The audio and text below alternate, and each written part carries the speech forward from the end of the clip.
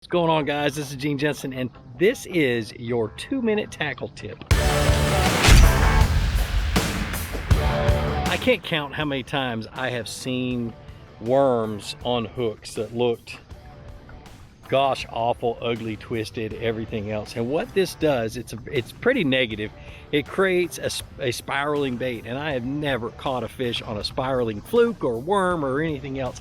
I can't underestimate or emphasize the importance of hooking your worm perfectly straight. And I'm gonna leave a link to the video somewhere up here for you guys to go watch how to put a hook in a worm. But it's so important to rig it straight. If it's crooked, like I said, it twists up.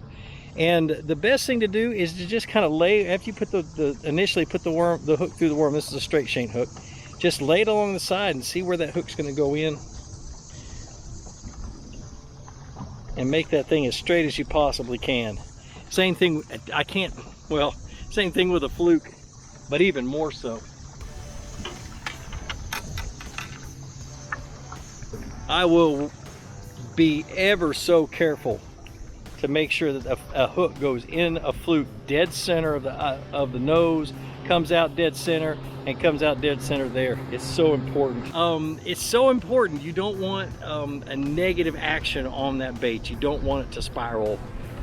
Nothing in the water spirals.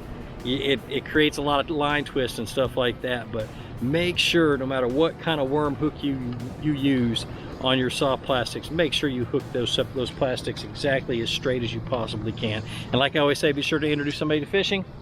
Introduce them to my channel. Let me help you teach them how to fish. More importantly, get out on the water, go out and catch some fish, and have a great day.